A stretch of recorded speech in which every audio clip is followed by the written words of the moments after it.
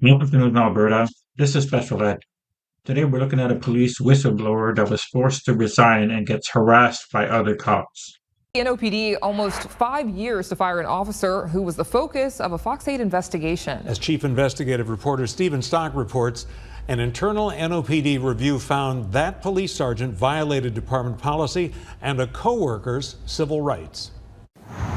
So I started looking elsewhere, thought about going back to school. Carl Vonderhaar hoped to spend his career as a chemist working in a police crime lab. Instead, he now spends time making ends meet, driving for Uber. I didn't see myself here 4.5 years later. I saw myself as a rising forensic scientist, maybe a supervisory role in the future. Almost 5 years ago, Vonderhaar lost that career after he says he spoke out about problems he witnessed within NOPD's crime lab. I feel like I've been punished for trying to do the right thing. Vonderhaar says his whistleblower crime lab complaints prompted this. Oh, how you doing? Doing good. I actually don't want to talk right now. So, well, you need to talk to me. You have to at this point. This police body camera footage from 2020 shows officers at Vonderhaar's home. He says the visit came after he requested a leave of absence, citing his concerns about poor working conditions, lack of standard procedures, and faulty testing at the crime lab that he says could make an innocent person look guilty. Vonderhaar's then supervisors at the crime lab, Sergeant Michael Stalbert, along with Lieutenant Kim Williams, showed up at his home and insisted he needed to come downtown with them. You have shorts on? I have underwear. Okay. Myself and his officer is going to come and escort you, make sure you put some pants on. Escort me where? As Fox 8 first reported back in 2023, Stalbert and Williams claimed they were there to conduct a wellness check. Wellness check is such a crap excuse just because you took time off of work. This is so stupid. Put my hands up. No. You're not under arrest. You work for the police department. You're not under arrest. Despite Vonderhaar's insistence he was fine, body camera video shows Officer Stalbert put the scientist in the back of a police cruiser with the doors locked, repeatedly telling him he had no choice but to go with them and take a drug test. At this point, we're just concerned about your well-being. So I'm not under arrest for that. You are not under arrest at all. Tree train. Call PID. I just got off the phone with him. PID said that you need to come to their office. But I'm not under arrest, so I know that now. You're not going to jail. To this day, Vonderhaar believes this was an attempt to stop him from raising concerns about problems at the crime lab. I considered it a false arrest because they weren't giving me the option to leave. We have to take you in for a drug test. Why? He's not driving. He's at home. He's off. Why do you have to take him in for a drug test? They put me in a back of a police SUV where you can't escape. It's locked. Well, a wellness check is you get there, you see everybody's fine, and then you leave. Once at the drug testing facility, Vonderhaar says officers Stalbert and Williams led him to believe that the only way he could go back home was to resign on the spot. So he did. I honestly expected them to fire me, which I think I would have been more okay. I definitely would have been more okay with. After Vonderhaar filed a complaint, the NOPD investigated Sergeant Stalbert's and Lieutenant Williams's conduct during the incident. The PIB found the officers violated NOPD rules of professionalism and abused their positions. Williams got an 11-day suspension. Sergeant Stalbert was also found to have violated standards of moral conduct and adherence to the law. Now, nearly 5 years later, NOPD fired Stalbert on May 17th.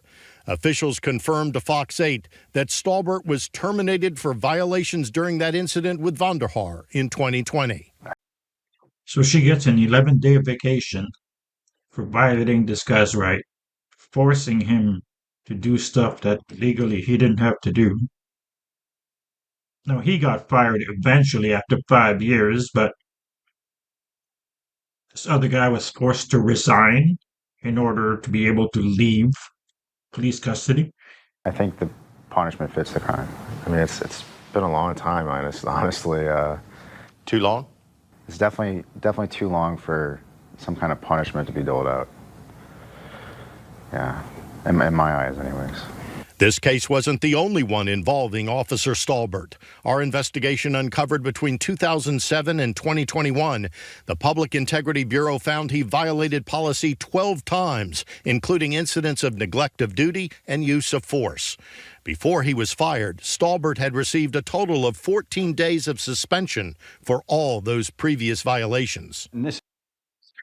So he violated people's rights, use of force, use of process, and only got 14 days for violating them 12 times. This is exactly what we don't need in the police department. Skip Gallagher was Vonderhaar's chemistry teacher at the University of New Orleans. After Vonderhaar told him what happened in 2020, Gallagher started digging through NOPD records and now tracks misconduct within the department. These are supposed to be people that you turn to for help. And if you instead have somebody who is aggressive and excessively uses force, the department isn't a place for you. Gallagher says even with the years-long delay of Stolbert's firing, he's encouraged by the NOPD's recent action. There is some leadership now that is seriously concerned about the integrity of the department. But for Vonderhaar, that justice came with a price. He says he hasn't found any work in forensics since and can only earn money as an Uber driver. I mean, I pretty much gave up trying to do forensics anywhere. You know, once you kind of put yourself out there and, you know, as a whistleblower, as you would, you don't really get a lot of callbacks from employment opportunities. So far this year, the NOPD has fired 4 members of the force, including Officer Stolbert. On the same day Stolbert was terminated, NOPD also fired Officer Tyrone Parker. Records we obtained show the PIB found from 2011 to 2023, Parker violated department policy 13 times, including 7 different allegations of violating use of force procedures and failing to turn on his body-worn camera during arrest. So this second guy uses force, doesn't turn on the camera to see him use force, and is allowed to do it 13 times before he's fired.